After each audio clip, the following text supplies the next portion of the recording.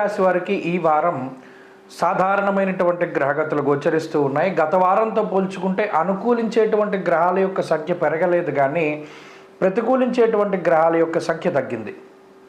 జన్మ రవి యొక్క దోషము ఈ వారం కనబడడం లేదు. ఎప్పుడైతే జన్మ రాశి యందు కొన్ని పాపగ్రహ సంబంధాలు మనకి కనబడతాయో, దేహార్తి చిత్త సంతాప కాలాతిక్రమ భోజనం అంటూ ఉన్నది శాస్త్రం.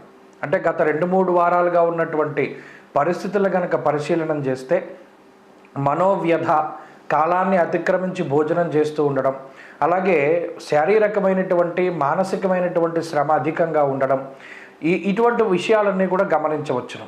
ఆర్థికంగా ఆరోగ్యపరంగా అంతంత మాత్రంగా ఉండేటువంటి పరిస్థితులు, సరిపోనటువంటి ఆదాయము, అంటే ఆదాయం కన్నా ఖర్చు ఎక్కువగా ఉండడం, అనుకోని ఖర్చులు ఎక్కువగా ఉంటూ ఉండడం, ఇలా కొంత మానసిక ఉల్లాసం కానీ లేదా కొంత శారీరకంగా ఉల్లాసం కానీ చాలా తక్కువగా ఉన్నది. ఈ వారంలో ఉండేటువంటి పరిస్థితులను చూస్తే సరే, గత వారాల్లో లాగా ఈ వారంలో కూడా చంద్రుడు మాత్రమే అనుకూలిస్తూ ఉన్నప్పటికీ జన్మ రవి యొక్క దోషం తొలగిపోయినది. ఇది ఒక గొప్ప మార్పుగా చెప్పచ్చు. దీనివల్ల ఏమవుతుంది అంటే కొంత నీరసము, నిస్సత్వ తగ్గుతాయి. అంతేకాకుండా శారీరక శ్రమ, అలసట తగ్గుతుంది. కొంత జీవితంలో ముందడుగు వేయడానికి కావలసినటువంటి స్థితిగతులు, ఆలోచనలు ఇవన్నీ కూడా వస్తూ ఉంటాయి. కాబట్టి ఇది ఒక మంచి విషయంగానే చెప్పచ్చు. అయినప్పటికీ మిగతా గ్రహాల తాలూకు అనుకూలతలు ఏమీ లేవు. 2వ స్థానంలో రవి ఉండడం వల్ల కూడా నిష్ఫలం కృషి వాణిజ్యం విత్తరాశిగతేరవవు అన్నది శాస్త్రం. ఇందులో కూడా ఎంత కష్టపడ్డా ప్రతిఫలం చాలా తక్కువగా ఉంటుంది.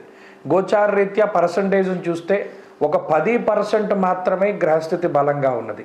అంటే 90% వ్యతిరేకంగా ఉన్నటువంటి తరుణంలో చాలా జాగ్రత్తగా ముందుకు వెళ్ళాలి. రానున్నటువంటి వారాల్లో ఒక్కొక్క గ్రహం యొక్క మార్పు ద్వారా బలం పెరుగుతూ ఉంటుంది. ఈలోపు కఠినమైన నిర్ణయాలు, తొందరపాటు నిర్ణయాలు తీసుకోకూడదు. ఉద్యోగ వ్యాపారాల పరంగా చాలా చాకచక్యంగా వ్యవహరిస్తూ ఉండాలి.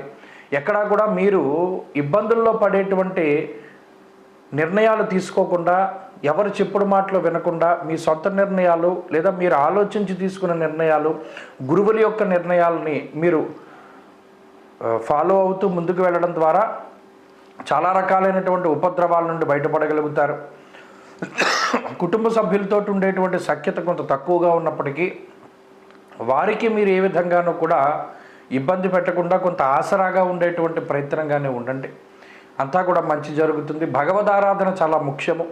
ముఖ్యంగా ఆంజనేయ స్వామి ఆరాధన చాలా గొప్పగా పనిచేస్తుంది.